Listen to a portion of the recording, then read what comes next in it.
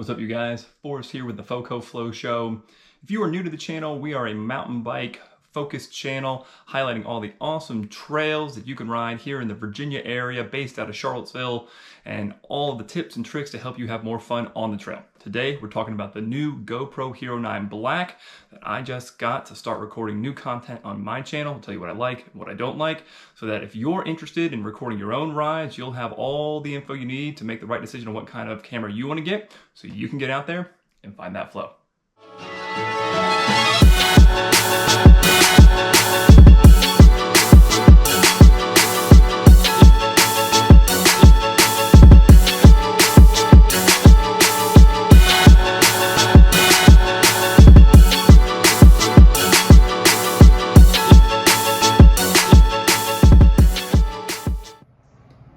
Everyone, today we are talking about the GoPro Hero 9 Black, the latest GoPro launched, and to get an idea how good this thing is and whether it is truly the gimbal-like stabilization that they claim that it is, especially for the torture test that is mountain biking. We got to know where we came from. So I started out shooting really grainy content on that original Hero, but most recently here on the channel, you guys have seen me using content from the Hero 6 Black connected to the Fiotech WG gimbal. So this wasn't bad, but you'll notice the audio was kind of wonky. And when we power this thing up, you know, we got all this contraption work here, and it powers up and it moves back and forth.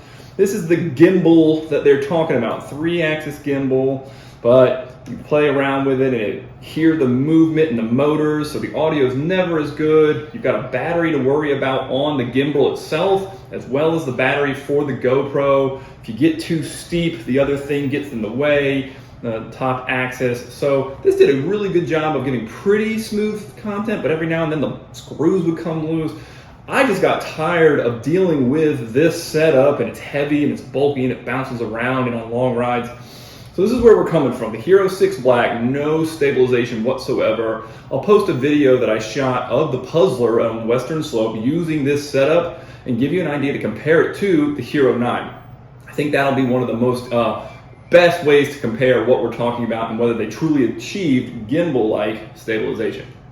So onto the GoPro, we have got some features that I think are important and some features that right now today are not that important.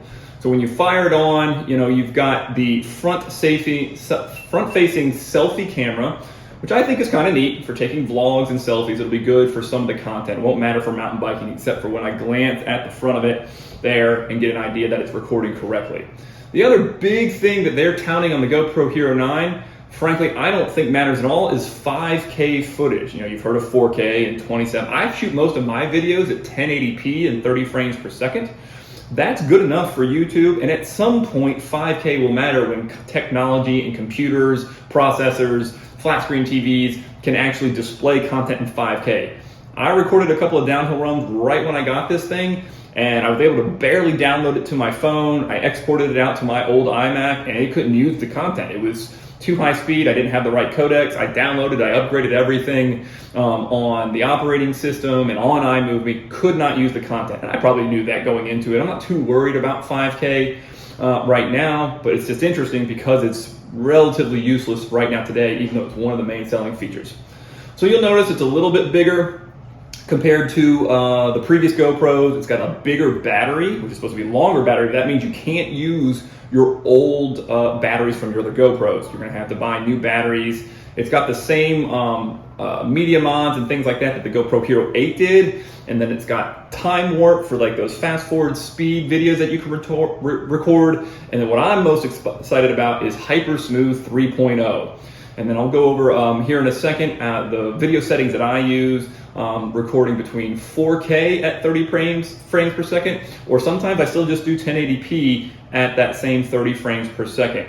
You know, you get up to some of the higher content frame rates, and it's for slow-mo things that I don't use on a regular basis, but it could be used. And a quick comment on the time warp. I do think it's an interesting feature to make it look like you go up a climb super fast, but you can actually do that in iMovie pretty well too.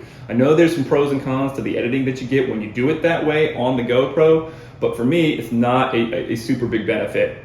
They also tout the boost feature on the Hypersmooth. That crops your field of view another 10%, making it even narrower. I've found that I don't need that if I'm still at 1080p with Hypersmooth on or up to 4K with Hypersmooth, and I've got some content to show you.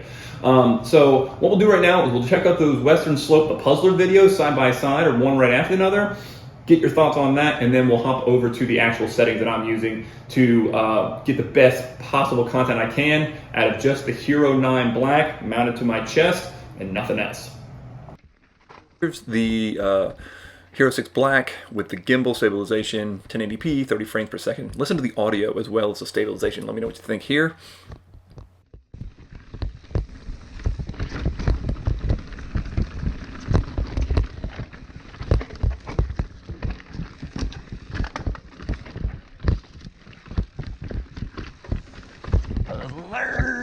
Puzzler lines, puzzler lines.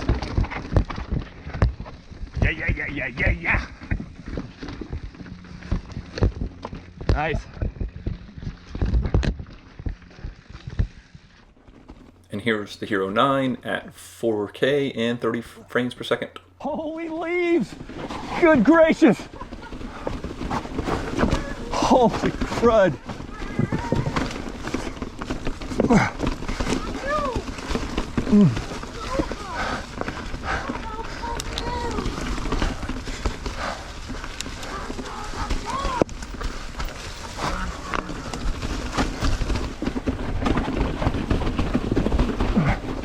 Oh gosh!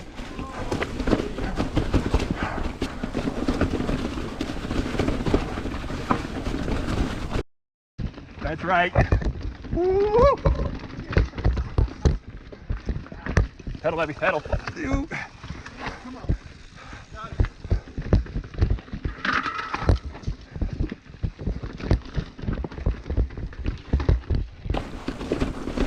Oh, Rockies.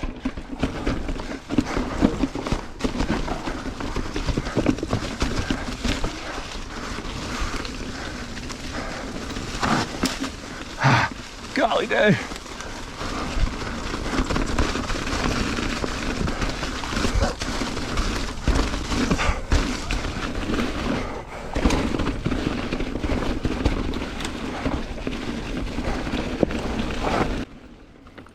So I hope you agree, the side-by-side comparison shows the difference in the audio quality as well as the gimbal-like stabilization of the Hero 9 Black.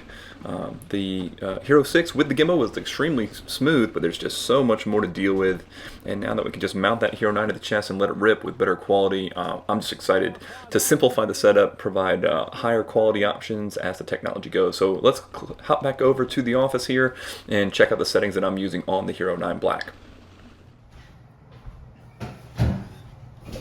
So here on the GoPro, we have got our settings and activities, which I think is pretty neat. You can have 5 or 6 presets that you can switch back and forth on between linear talking, as well as like cinematic video options, as well as the ones, of course, that I use most for mountain biking. So if we go over here, we click the button, it gives you a few options here, and we'll go to bike. That one's the one set up for 1080p and 30 frames per second. And then I've got one down here called activity. And that's the one that if you click on and you look at it, we're set up with an edit option to go look at it, and you'll see what we're talking about. Again, up to 4K, I don't do the 5K, 30 frames per second on the main types of settings there. Hypersmooth is on, as well as some of the other features that we want to talk about, such as the shutter, which is allowing how much light in. Sometimes you can open that up on low light conditions to give you more light in, as well as the EV comp at -1. And then white balance, I leave it auto, the ISO min at 100, the ISO max at 1600, excuse me. And then I don't do a whole lot less else with the wind. For wind stuff, I use the GoPro. This is not specific to GoPro, but the windsock that fits over top of it, and that deadens the wind and makes the audio a little bit cleaner. And then again, we have the option of just Hypersmooth on. I do not use the boost. So I match these a lot off of actually Jordan Boostmaster's GoPro settings. He does a great job. I think his content is really, really clean. I'm not super techie about all the special tuned features. I'm gonna play with it a little bit more, but for what we have here, and I think what you'll just saw there on the puzzle video would agree that the content is extremely smooth, really good sound, really good coloring. You know, you can tune the coloring a little bit in iMovie. Again, I'm not really into the big fancy types of tuning, but I think this does a good job, and I hope you agree. So I hope this video is helpful. If you're looking for gimbal-like stabilization, the Hero 8 Black also has most of the same features, but you get the longer battery life, the option for 5K, the boost hyper smooth, and a few other features that'll future-proof your videos to go up, out and beyond what's available today in technology. For me, I do think GoPro has achieved that gimbal-like stabilization. Cannot wait to sell my gimbal or give it away or something, because it just isn't quite as necessary as it used to be to get that smooth footage out on the trail. So get yourself a GoPro Hero 9 Black, get on the trail, and find that flow.